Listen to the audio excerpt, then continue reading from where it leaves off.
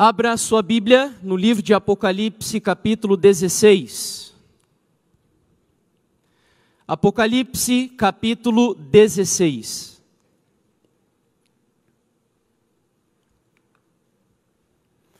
Versículos 13 e 14 e então o versículo 16. Versos 13 e 14. Então vi sair da boca do dragão, da boca da besta e da boca do falso profeta, 3 espíritos imundos semelhantes a rãs, porque eles são espíritos de demônios, operadores de sinais, e se dirigem aos reis do mundo inteiro, com o fim de ajuntá-los para a peleja do grande dia do Deus Todo-Poderoso. Verso 16. Então os ajuntaram no lugar que em hebraico se chama Armagedon. Quando a Bíblia fala sobre o Armagedon, é importante entender qual foi ou qual é a intenção do Espírito Santo de Deus. E aqui eu destaquei alguns detalhes importantes sobre o texto que acabamos de ler. O primeiro deles é que o objetivo do Espírito Santo é dar uma ênfase, mostrar que o Armagedon está relacionado com uma guerra. O Armagedon é uma batalha. Como nós acabamos de ver no texto, a Bíblia nos diz que eles foram reunidos ou ajuntados em um lugar que em hebraico se chama Armagedon. E lá no versículo 14 a Bíblia diz que isso é uma peleja. Peleja seria uma batalha, uma guerra. Muito embora Hollywood há algum tempo tenha proposto confundir a cabeça do povo, apresentando conceitos equivocados sobre o Apocalipse, sobre a Bíblia e particularmente sobre o Armagedon. O Armagedon não tem a ver com asteroides, não tem a ver com meteoritos, como um filme, não sei quantos se recordam, estrelado por Bruce Willis há muito tempo, tentava propor. Não. O Armagedon é uma guerra. E muito embora os seres humanos há algum tempo se preocupem com a possibilidade de uma terceira guerra mundial, como tivemos a oportunidade de ver nos últimos dias, nessa relação bastante hostil entre Estados Unidos da América e o Irã, onde o mundo voltou a preocupar-se com a possibilidade de uma nova guerra. E eu digo que essa preocupação é legítima. Legítima porque nós já tivemos a oportunidade de ver na Primeira e Segunda Guerra Mundiais como o ser humano destituído de Deus é cruel. E há uma frase que é atribuída a Albert Einstein, onde ele teria dito que numa quarta guerra mundial, a disputa seria travada com pedaços de paus e pedras, porque depois de uma terceira guerra, absolutamente nada sobraria na visão dele, e eu concordo com isso. Portanto, a preocupação é legítima, é compreensível, mas o curioso é que a Bíblia não se preocupa tanto com guerras mundiais. Por isso que o Armagedon não nos fala sobre uma guerra física apenas.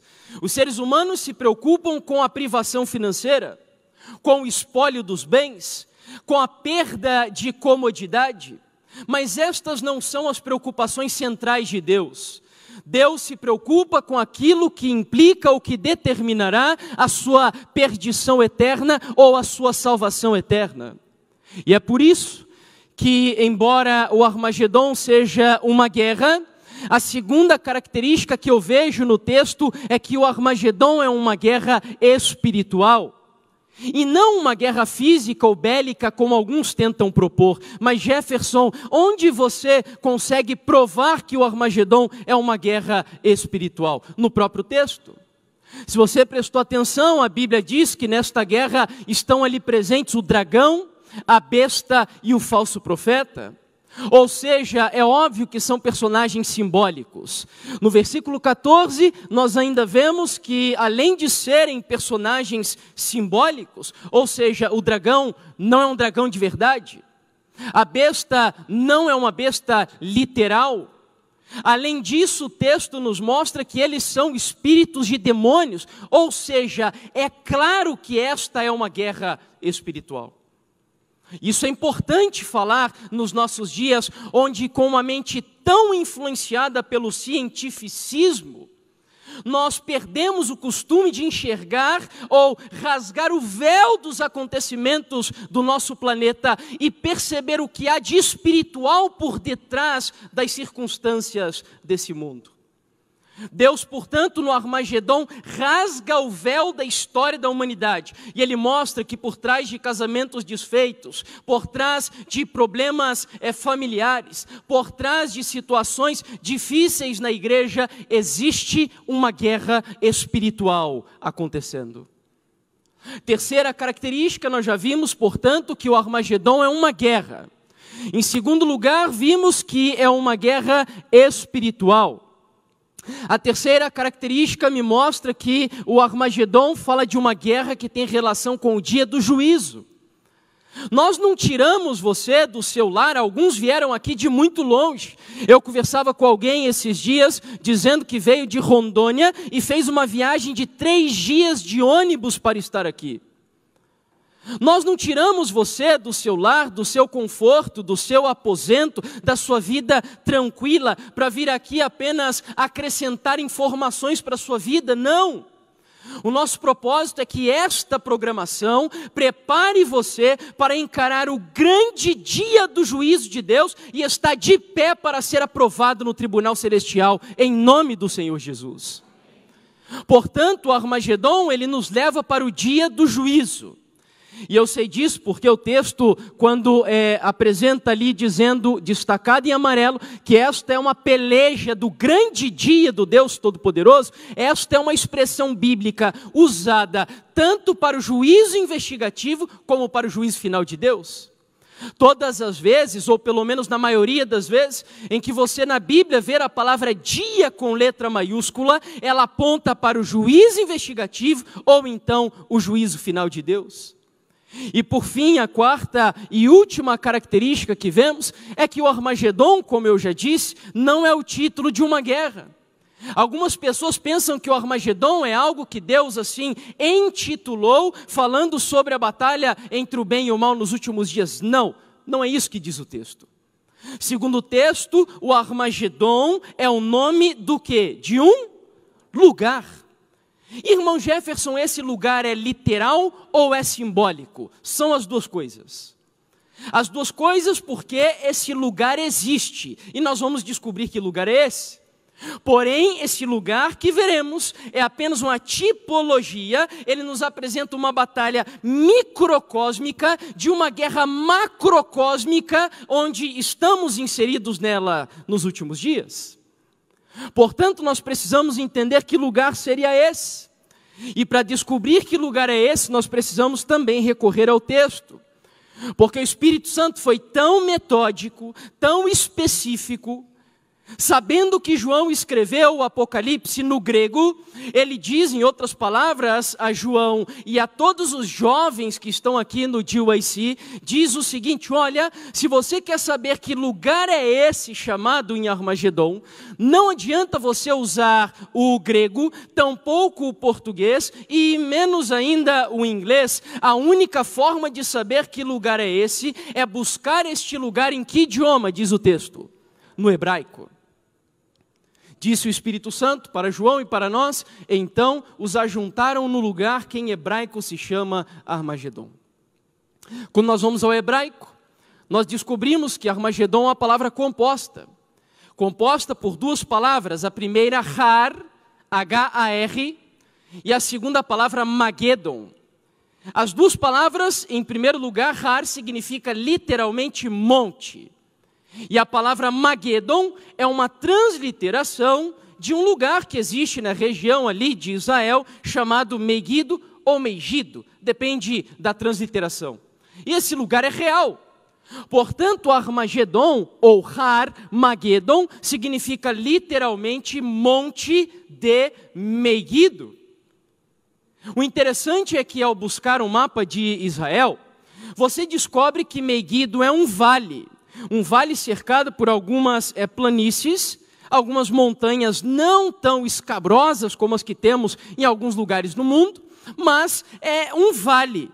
E nesse vale reuniam-se ali exércitos do povo de Deus para travarem batalhas terríveis contra os inimigos. Cito apenas duas delas aqui para vocês, batalhas importantes, como por exemplo a de Gideão e dos 300. Outra guerra importante que aconteceu nesse vale foi a batalha de Débora e Baraque contra os reis de Canaã. Ou seja, Megido era um vale, onde guerras importantes para o povo de Deus aconteceram. Porém, você deve estar pensando, Jefferson, você está me enrolando. Porque você disse que Megido não é um vale. Ou melhor, você disse que Armagedon não representa um vale. Armagedon representa algo que está dentro do vale de Megido. E esse algo é o quê? Eu não ouvi, estão prestando atenção? O que eu disse que é Armagedon? O que tem dentro de Megido que nos interessa aqui? Um monte, eu preciso descobrir, portanto, que monte é esse. E não o vale em si. E então, aqui está o mapa de Israel.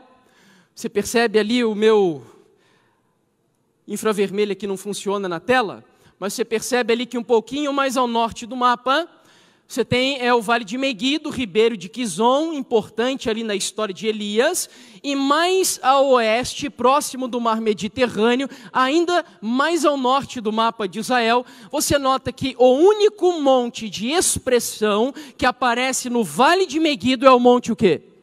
Carmelo. Sabe o que o Espírito Santo está dizendo, portanto? Povo do GYC, se vocês querem entender a batalha entre o bem e o mal dos últimos dias, essa guerra que levará cada um de vocês a tomarem as decisões mais importantes da sua vida, você precisa estudar o que aconteceu no monte o quê? Carmelo. Estude o que aconteceu no Carmelo para entender o que acontecerá nos últimos dias. Como eu disse, o Carmelo ele é uma miniatura, é uma batalha microcósmica da guerra macrocósmica dos dias finais da história da humanidade.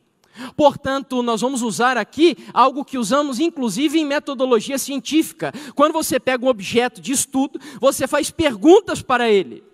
E o meu objeto de estudo aqui agora é o Monte Carmelo. Então eu preciso responder duas perguntas, teríamos muito mais aqui para estudar, mas o tempo não nos permite. Então o meu objetivo aqui agora são apenas duas perguntas. A primeira delas é a seguinte: Senhor, por que houve uma guerra no Monte Carmelo?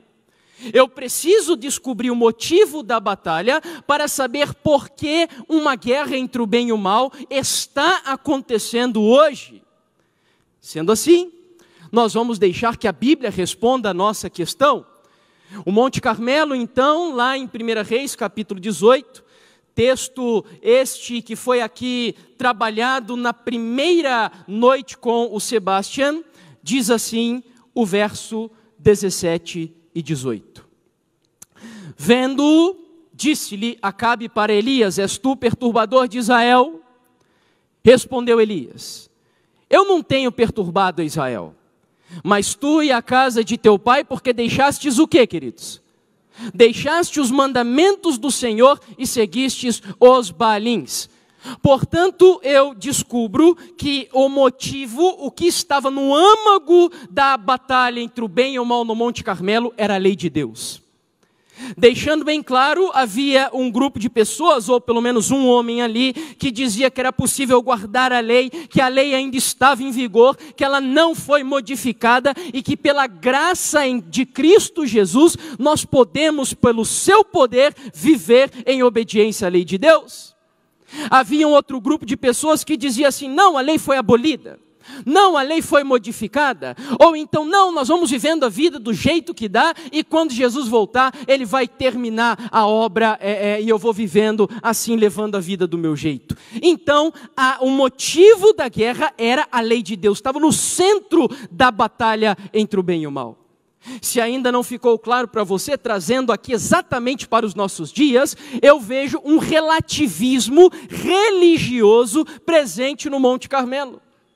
Ali no livro de 1 Reis, ainda capítulo 18, verso 21, o texto diz: então Elias se chegou a todo o povo e disse: até quando cocheareis entre dois pensamentos? Se o Senhor é Deus, seguiu; se é Baal, seguiu. Porém o povo nada respondeu. Sabe que isso me fez lembrar de um caso que aconteceu no ano passado? A Bruna Marquezine, para quem não sabe, ela é evangélica. E ela publica, às vezes, fotos de reuniões de pequeno grupo, publica fotos de missões que ela fez, por exemplo, na África, até que um dia, uma seguidora dela viu uma foto dela celebrando o seu aniversário em uma boate, dançando funk e bebendo bebida alcoólica no Rio de Janeiro. E aí a seguidora dela chegou para ela e disse assim: Bruna, eu vejo o seu Instagram, e eu vejo que você posta isso, eu vejo que você publica aquilo, e agora você posta uma foto vivendo uma vida mundana e ímpia dessa, saia de cima do muro. Era o que Elias estava fazendo aqui. Elias chegou para o povo e disse: olha, chega de relativismo. Se vocês querem adorar o diabo, adore o diabo. Se querem adorar a Deus, adore a Deus. É possível que vão tropeçar no meio do caminho, mas não vivam essa vida, como disse aqui, bem disse, eu gostei muito do termo, usado pelo pastor Luiz Cláudio ontem aqui pela manhã, não vivam essa vida de equilibristas, alegando que são cristãos equilibrados. E Elias diz para o povo: saia de cima do muro, tomem uma decisão, e o povo, vivendo aquela vida confortável, tranquila, cômoda, não respondeu nada. Portanto, queridos, me ajudem agora. Se nós pudéssemos resumir em uma única palavra o motivo da batalha entre o bem e o mal no Monte Carmelo, que palavra você escolheria? Me ajude. Eu ouvi alguns dizendo: adoração. Eu tenho dito que muitos cristãos hoje supõem que a guerra entre o bem e o mal é uma guerra entre crentes e ateus. Mas deixa eu ser sincero com você. O ateísmo é só um passatempo de Satanás para se divertir ou ludibriar intelectuais da sociedade contemporânea que se acham muito inteligentes e eruditos para acreditarem na existência de Deus. Sabe por que eu digo que é só um passatempo de Satanás? Porque até ele acredita na existência de Deus. Ou não é isso que a Bíblia diz? O livro de Tiago diz que ele não só acredita, mas a passagem nos fala o seguinte: crês tu que Deus é um só, fazes bem, porque até os demônios creem e fazem o quê? Estremecem na presença desse Deus. Portanto, o ateísmo é só um passatempo. Sabe o que é de fato o motivo da batalha entre o bem e o mal? É a adoração, onde o mundo estará dividido, polarizado, e até mesmo a igreja cristã brasileira e mundial em dois grupos, de verdadeiros adoradores e o quê?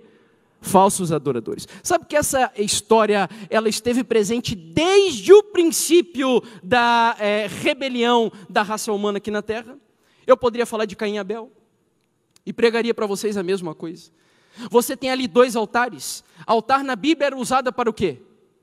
Adorar a Deus, prestar culto a Deus. Só que um dos altares representava uma adoração verdadeira e o outro uma adoração falsa. E ainda poderia ir mais além. Pergunto, qual dos dois altares era assim esteticamente mais atrativo? O de Caim ou o de Abel? O de Caim, concorda? Era mais bonito, talvez até mais cheiroso, mais atraente, tinha cores, tinham frutos. Só que preste atenção, quando nós falamos de adoração a Deus, nem tudo aquilo que é mais bonito ou considerado belo pelos padrões culturais da nossa época é o que representa a vontade de Deus. Isso não quer dizer que Deus não se agrada com a beleza. Deus é o criador do belo, Deus pintou a natureza com encanto, com música, com harmonia, com cores. Deus ama o belo, mas nem tudo aquilo que para o homem é belo representa a vontade de Deus. E trocando em miúdos, a adoração, queridos, é o tema central do grande conflito entre o bem e o mal. E eu preciso, ainda que o tempo esteja lutando contra mim, eu preciso dizer mais uma coisa aqui. A adoração não é uma mudança de credo apenas. A adoração não é tampouco um evento para o qual você se arruma, fica cheiroso. Não, isso compõe, mas não é a essência da adoração. Preste atenção, grave bem essa frase. A adoração é uma mudança no estilo de vida. Isso é adoração. Os 3 amigos de Daniel estavam na Babilônia. Imagine que eles fossem contaminados por essa filosofia relativista da nossa época. Ou seja, cristãos pós-modernos, vivendo na Babilônia antiga. Eu tenho certeza que os amigos de Daniel se ajoelhariam diante da estátua com o seguinte argumento: Senhor, tem misericórdia de nós, mas nós estamos aqui no meio dessa multidão e não podemos ser intolerantes com eles. Portanto, nós estamos nos ajoelhando, mas dentro do nosso coração o Senhor sabe que nós estamos o adorando. Ou não é verdade que a maioria dos cristãos hoje estão alegando ou professando a crença de que Deus não se importa com o exterior, mas sim com o interior? E sabe o que é isso? Uma mentira diabólica.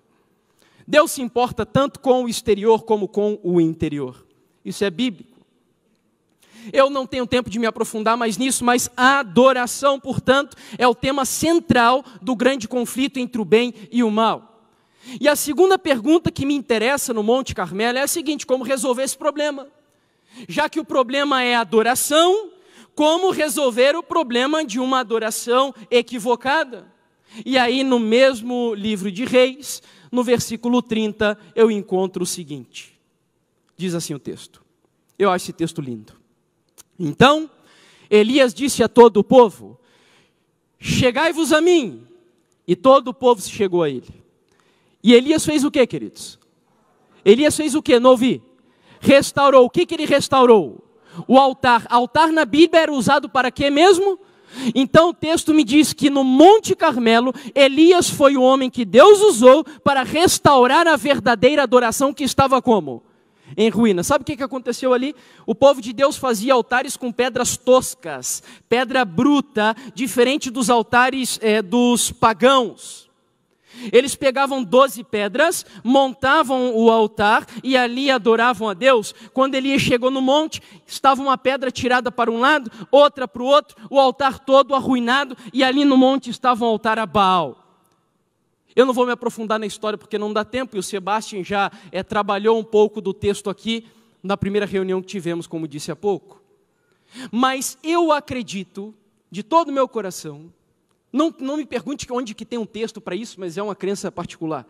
Mas eu acredito que momentos como esses, sabe, esses momentos apoteóticos, onde a glória de Deus foi exaltada, onde o nome dele foi honrado, eu acredito de todo o meu coração que no céu Deus vai nos permitir ver esses momentos para a gente glorificar o nome dele quando ele foi manifesto em glória aqui na terra. Eu acredito que nós vamos ver esse episódio do Monte Carmelo. Uma vermelha abrindo e por aí vai. E ali então Elias, ele propõe 2 altares, um altar de falsa adoração. O povo ali fez um culto extremamente esquisito, caindo no chão, gritando, pulando, rodopiando. Quando às 3 horas da tarde, Elias com um gesto diz: acabou, agora é minha vez. Esse homem estava cheio do Espírito de Deus. Ele dava ordem e os outros obedeciam. E ali ele não só compõe o altar, como a Bíblia diz que ele ainda manda encher 4 cântaros de água, 3 vezes para derramar a água sobre o altar. Sabe o que isso significa? Ele pegou 12 cântaros e jogou água no altar, mostrando ainda quão poderoso é Deus. Ele faz uma oração simples, objetiva e direta, dizendo: Senhor, mostra para esse povo quem é o Deus verdadeiro que reina em Israel. Quando Elias termina a oração, fogo desceu do céu, lambe a pedra, lambe a água, consome o sacrifício, acaba com tudo, e todo o povo que estava no monte começa a dizer: só o Senhor é Deus, só o Senhor é Deus. Tá, mas o que me interessa são os últimos dias. O que isso tem a ver com a batalha entre o bem e o mal nos últimos dias? Tudo. Eu não preciso aqui gastar muito tempo para provar a vocês que no Apocalipse o tema central da batalha entre o bem e o mal é a adoração. Agora, o que eu não encontro no Apocalipse é Elias. No Apocalipse eu encontro Jezabel. O Janderson acabou de pregar aqui, falando das 7 igrejas, e na igreja de Tiatira, Jezabel está ali nomeada. E nós sabemos que em profecia, mulher representa o quê? Igreja. Jezabel ali é um símbolo de um sistema religioso falso que promoveu a falsa adoração no meio do povo de Deus.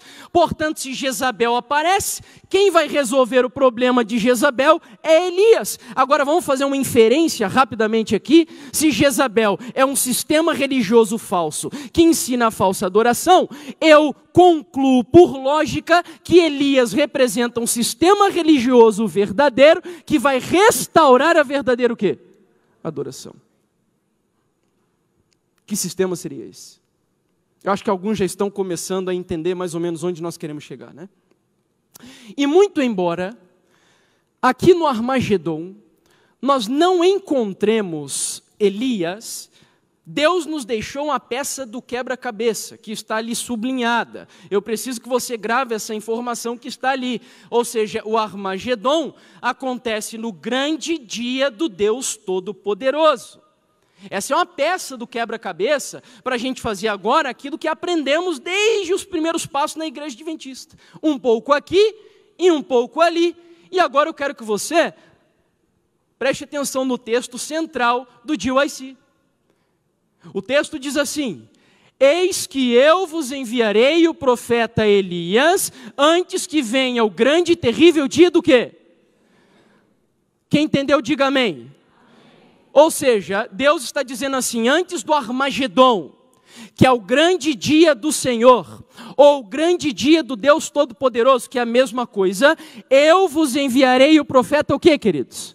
Elias. O Sebastião falou do primeiro Elias. Ele ainda falou ontem do segundo Elias, mas a Bíblia ela nos aponta para o surgimento de um terceiro e último Elias. Nós temos o Elias do Antigo Testamento, o Elias do Novo Testamento, e temos o Elias escatológico, ou o Elias profético, que é esse que nos interessa saber. Quem seria esse Elias? Os paralelos são impressionantes, não dá tempo da gente estabelecer isso aqui, mas assim como Elias do Antigo Testamento tinha uma reforma de saúde, o do Novo Testamento também tinha, e o Elias dos últimos dias também tem. Assim como o Elias do Antigo Testamento se vestia de maneira diferente, o do Novo Testamento também, e o dos últimos dias também tem uma maneira de se comportar diante da sociedade peculiar. Querem ver algo mais?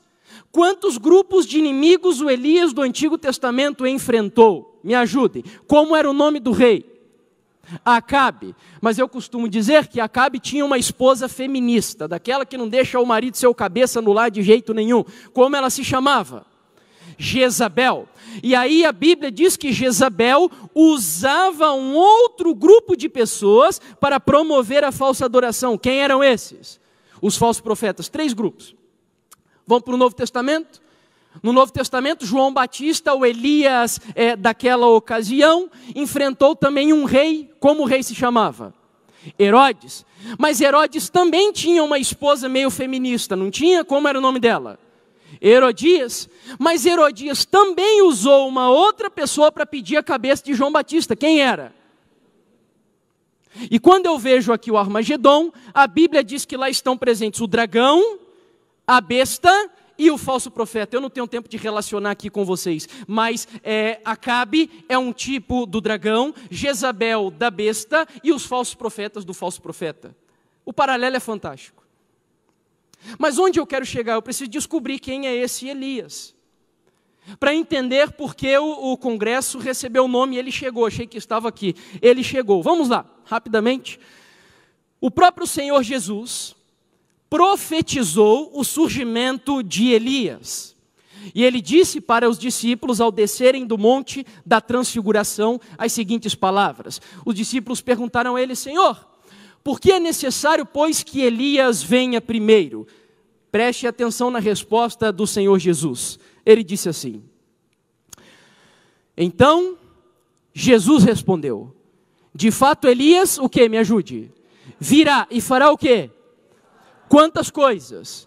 Olha que texto impressionante, amém, irmãos? O texto diz: Elias virá, apontando para o futuro. Ele não estava falando só de João Batista. De fato, Elias virá, e a missão dele será restaurar. Novamente eu pergunto: quantas coisas? Vocês entenderam o que o Jantes explicou aqui? Agora a gente casa ou combina as peças do quebra-cabeça e nós entendemos que toda aquela estrutura do santuário, aquela obra de restauração de móvel por móvel, ela converge no surgimento do profeta Elias, porque Elias foi aquele que recebeu de presente de Deus a missão de restaurar todas as coisas. Quem seria o profeta Elias? Para a gente não se perder, o Senhor nos deu alguns sinais astronômicos. E aqui está a peça do quebra-cabeça que eu lhes pedi para gravarem, que aparece lá no Armagedon. É um texto bem conhecido, de Joel capítulo 2, onde o profeta diz assim: e acontecerá depois que derramarei do meu espírito sobre toda a carne. Vossos filhos e vossas filhas profetizarão, vossos velhos sonharão e vossos jovens terão visões. Aí eu chego para o Senhor e pergunto: Senhor, quando? Me dê algum sinal do surgimento desse movimento profético. Aí no versículo 31 ele vai dar: o sol se converterá em trevas, a lua em sangue, antes que venha o grande e terrível dia do quê? Olha que interessante. Juntando Joel, Apocalipse 16 e Malaquias, o Senhor, em outras palavras, está dizendo o seguinte: povo, preste atenção. Quando o Armagedon estiver chegando, eu levantarei o profeta Elias. E para vocês saberem que o profeta Elias está surgindo, eu enviarei sinais nos céus, entre os quais está o escurecimento da lua, o escurecimento do sol e a lua se tornando em sangue. Vamos lá. Não vai dar tempo da gente se demorar muito em cima desse gráfico, mas ele nos serve para descobrir que Elias já veio. Por isso que o título desse congresso não é Elias virá, ele chegou. Não é ele chegará, mas ele chegou, porque Elias já está presente e nós estamos vivendo os últimos momentos da história da humanidade. Nós já estamos na época do terceiro Elias. E nós já vamos descobrir quem é, embora alguns eu acredito que já tenham entendido a essência da mensagem. Sabe o que isso significa, queridos? Raciocina comigo. Das mensagens dos 3 anjos, que é a missão do Elias dos últimos dias, nós estamos em que mensagem? Na terceira, certo? Dos 3 compartimentos que existem no santuário, Jesus está em qual compartimento? No terceiro. Dos 3 Elias que a Bíblia menciona, nós estamos na época de qual Elias? O terceiro. Se você ainda não entendeu, deixa eu ser bem claro com você. Isso significa que os seus olhos que estão aí, vendo esse pecador miserável pregar essa mensagem para vocês aqui à frente, muito provavelmente, ainda nesta geração, antes que você volte ao pó da terra e o seu fôlego volte para o Senhor, nós veremos Jesus Cristo nas nuvens dos céus vindo em poder e grande glória. Podemos ver isso nessa época ainda. É isso que significa. E esse é o maior objetivo do GYC, anunciar quão próximo estamos da segunda vinda do Senhor Jesus. E então, aqui o gráfico nos ajuda a perceber que o escurecimento do sol e da lua já aconteceu. Em 1780, lá nos Estados Unidos da América, na região da Nova Inglaterra, que engloba alguns estados, esse fenômeno aconteceu. Depois pegue lá o capítulo 20, se eu não me engano, do grande conflito, ou é o 20 ou é o 17. Aí você dá uma lida e ali Ellen White explica com belezas, riqueza de detalhes esse acontecimento. Passaram-se alguns anos depois do escurecimento do sol e a lua se tornando em sangue, Deus ainda deu um terceiro sinal, que foi anunciado por Jesus no livro de Mateus capítulo 24, que foi a queda das estrelas. Sabe o que isso significava? Eu fico imaginando, imagine algum dos pastores que temos aqui, pregando essa mensagem naquela época, e você era a ovelha daqueles pastores, desses pastores aqui. E aí o pastor pega a Bíblia e diz assim: povo de Minas, vocês que estão aqui nos visitando, olha só, há algum tempo a Bíblia profetizou que o sol escureceria e a lua se tornaria em sangue. Isso já aconteceu. Hoje estamos em 1833 e vossos olhos estão contemplando o último sinal profético que Jesus deu, antecipando a sua vinda. Isso significa que nós temos que nos preparar, porque a qualquer momento Jesus Cristo poderá voltar nas nuvens dos céus. Você já pensou, irmãos? Que momento fervoroso da história da igreja e da história dos Estados Unidos da América. Só que eles não sabiam de algo. Esses sinais foram dados não para anunciar exatamente que Jesus estava vindo, mas os sinais foram dados para mostrar que Deus estava levantando que profeta? Elias. Eles não sabiam disso. Ellen White depois escreveria sobre isso, não exatamente seguindo essa sistemática de estudo que estamos fazendo aqui, mas Ellen White taxativamente mostra que o movimento adventista ou milerita cumpriu a profecia do surgimento do terceiro Elias.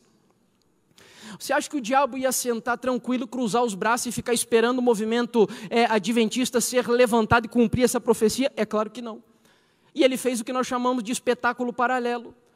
Ali próximo daquela região, em alguns outros lugares do mundo, ele levantou movimentos para confundir a cabeça do povo. Ele levantou o movimento dos mormons, ele levantou o espiritismo moderno, ele levantou o marxismo, um movimento feminista e o positivismo que regularia toda a sistemática científica nos dias de hoje. Todos esses movimentos foram levantados entre 1840 e poucos, alguns deles especificamente em 1844. Por quê? Você acha que o diabo estuda a profecia, sim ou não? Talvez se ele sentasse aqui numa mesa para discutir profecia conosco, todos nós juntos levávamos uma surra dele.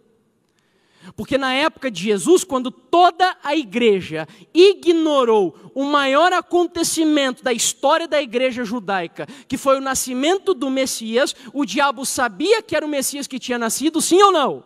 Tanto sabia que ordenou a morte dele. Então o diabo estuda a profecia. Agora deixa eu ser bem claro aqui com vocês e dizer algo também bem específico. Eu não sou funcionário da igreja. Alguns sabem aqui da minha história, eu vim de um movimento antitrinitário e combati a igreja adventista durante 10 anos, até que o Senhor fez um milagre, uma revolução na minha vida, na vida da minha esposa, e me deu a alegria de descer as águas do batismo na igreja adventista do sétimo dia. Aí alguns me acusam na internet, dizendo que eu sou mercenário, que eu fiz isso para me promover na igreja, por status, que a igreja está me pagando. Eu estou aqui e não recebo um centavo da igreja, sou missionário voluntário, dedico a minha vida integralmente ao ministério, mas não sou funcionário da igreja, embora não teria problema nenhum fazer isso. Poderia ser. Mas acredito que Deus me coloca nessa condição para ter autoridade para dizer para vocês, sem nenhum tipo de influência, talvez, que alguns poderiam pensar, não, você está dizendo isso porque você é pago pela igreja. Não, eu sou um membro da igreja, dizimista fiel, e digo isso para a honra e glória de Deus, e não estou aqui defendendo uma igreja que me paga, eu estou aqui defendendo uma igreja que é bíblica e que é a única que em todas as suas características cumpre a profecia do surgimento do terceiro Elias. Portanto, queridos, a igreja adventista do sétimo dia é o sistema religioso que Deus levantou com o propósito de restaurar todas as coisas e ser um exemplo para o mundo de verdadeira adoração, promovendo para a humanidade um estilo de vida que dê ao homem vida em abundância e glorifique o nome de Deus. Isso é a igreja adventista. Ellen White, falando desse movimento, diz essas palavras que assim me emocionam de verdade. Os adventistas do sétimo dia foram escolhidos por quem? Não, essa igreja não nasceu nos corredores de uma academia teológica. Ela não nasceu por picuinhas e discordâncias, não. Essa igreja nasceu em um plano de Deus em restaurar todas as coisas nos últimos dias. Os adventistas do sétimo dia foram escolhidos por Deus como um povo peculiar, separado do mundo.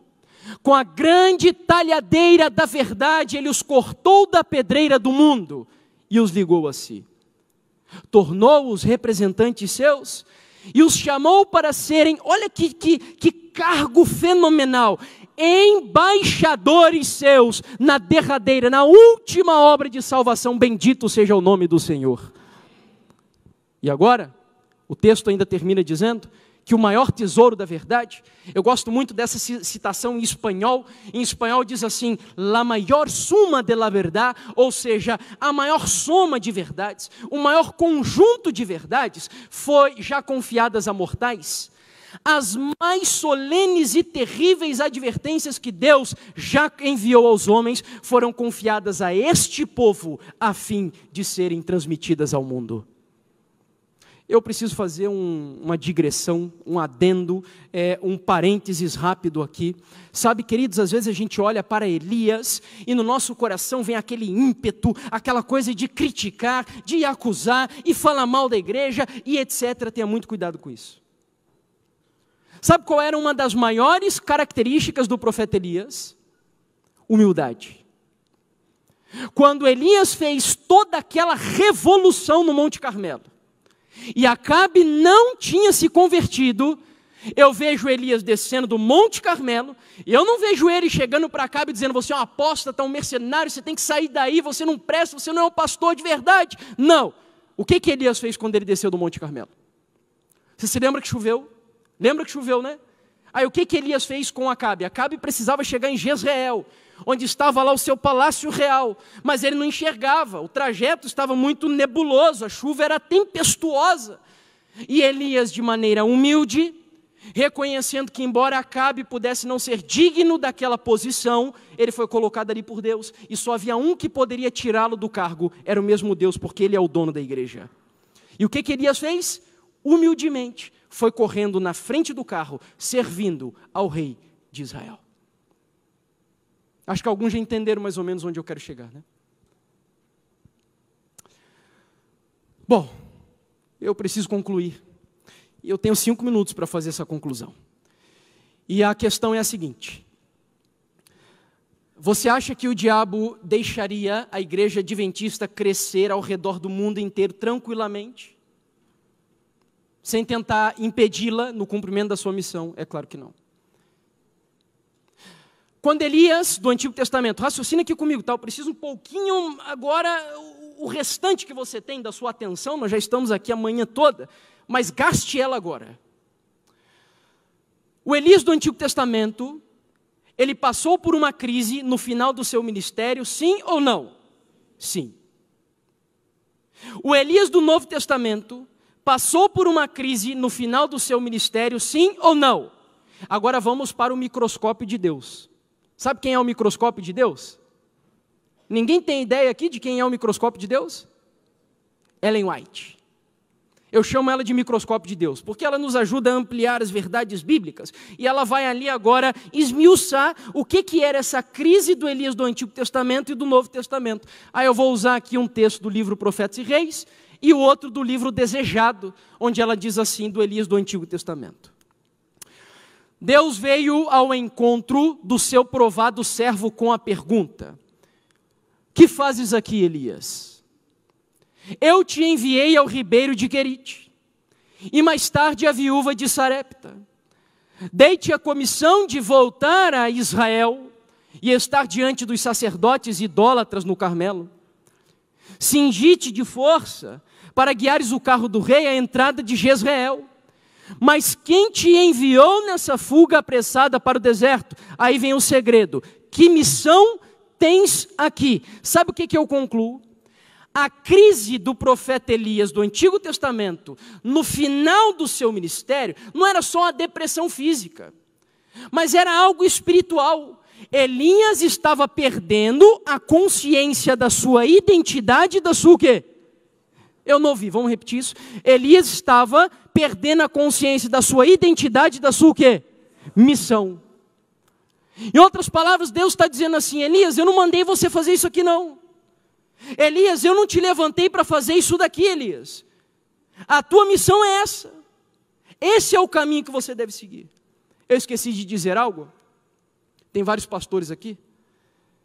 Os pastores que estão presentes me corrijam no que eu vou dizer, se for alguma blasfêmia, algum erro. Mas a igreja adventista do sétimo dia não é a única que salva. A igreja adventista não é a única que salva. Quando Elias olhou para o Senhor e disse: Senhor, só sobrou eu sou o único, eu sou o cara aqui em Israel. Tem mais ninguém, Senhor. O que Deus disse para ele? Elias, baixa a sua bola, em outras palavras, porque ainda tem mais quantos? 7.000. Portanto, Elias não era o único salvador. Mas tem um detalhe. Elias era o único, e o pastor Luiz Cláudio falou isso aqui ontem, que tinha uma identidade e uma missão diferente de todos os outros. Por isso ele foi chamado para ser Elias. O Elias do Novo Testamento, o problema foi o mesmo.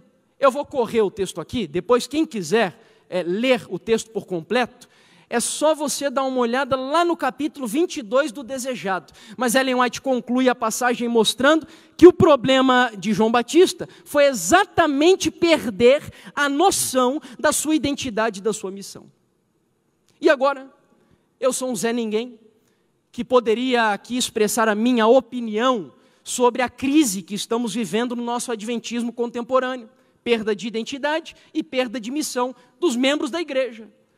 Mas como eu não sou ninguém, não tenho autoridade para falar sobre isso, então eu trouxe aqui exemplo de duas autoridades da igreja, falando sobre a crise que estamos enfrentando no nosso adventismo contemporâneo.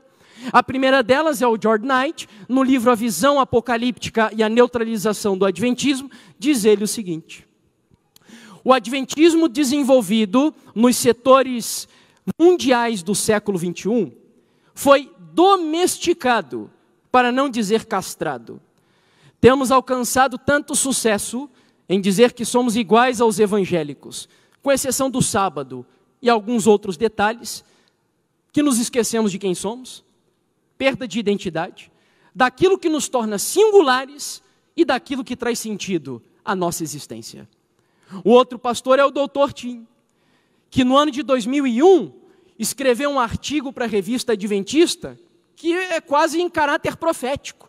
O artigo se chama Podemos ainda ser considerados o povo da Bíblia? É uma pergunta.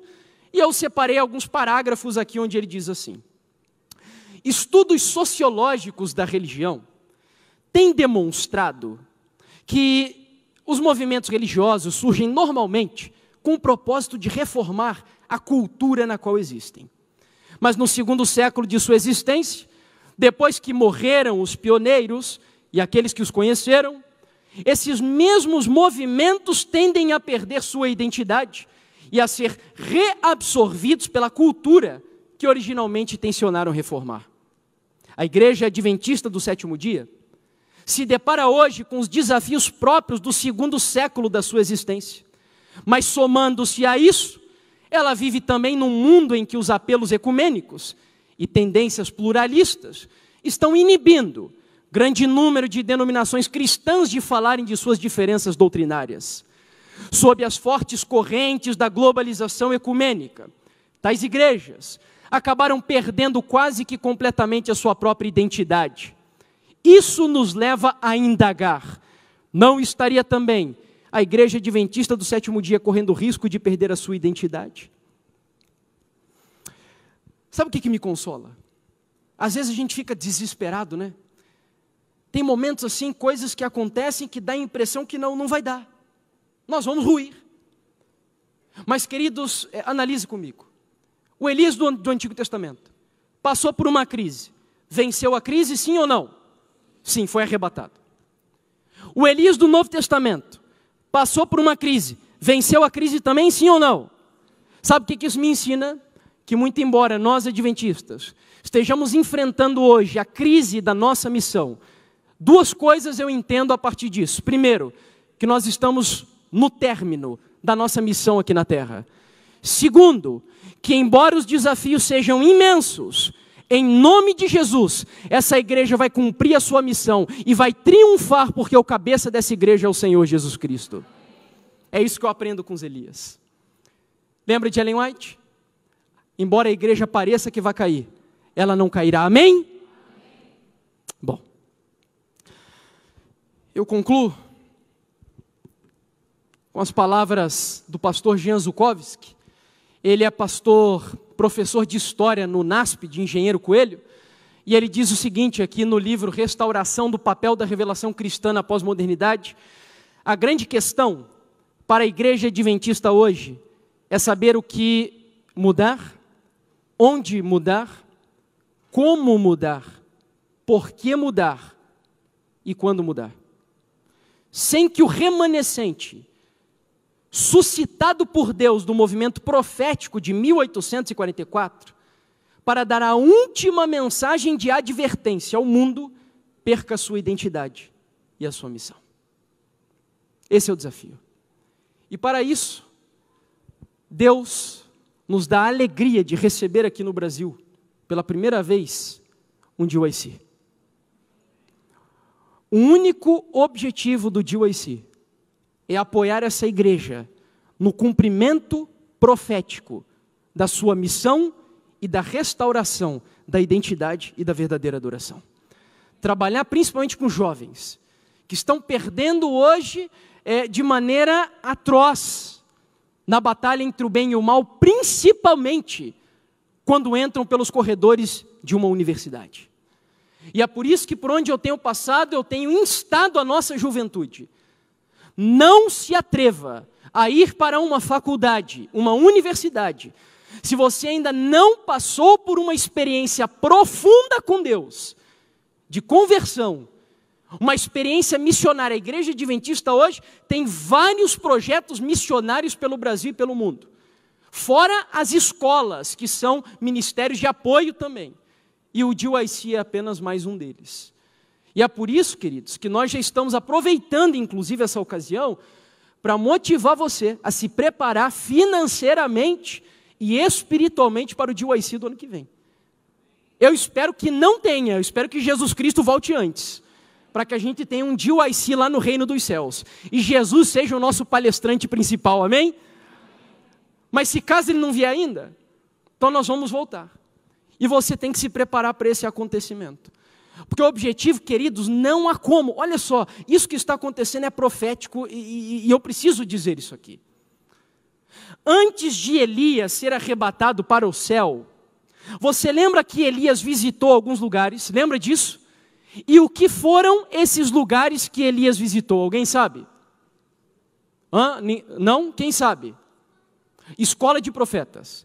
Eram ministérios de apoio que Samuel criou para ajudar o povo de Deus no momento de crise. Isso que está acontecendo aqui agora é uma prova de que o Elias, a igreja adventista, está trabalhando com ministérios de apoio para restaurar a nossa identidade e a nossa missão, em nome de Jesus, o quanto antes nós íamos morar no reino dos céus. É profético o que estamos vivendo. Profético. E isso me motiva demais. Portanto, se prepare. E eu quero concluir a mensagem contando uma história breve aqui para vocês. Vocês conhecem essa visão. Logo no princípio do movimento adventista, Ellen White viu o povo do advento percorrendo um caminho estreito.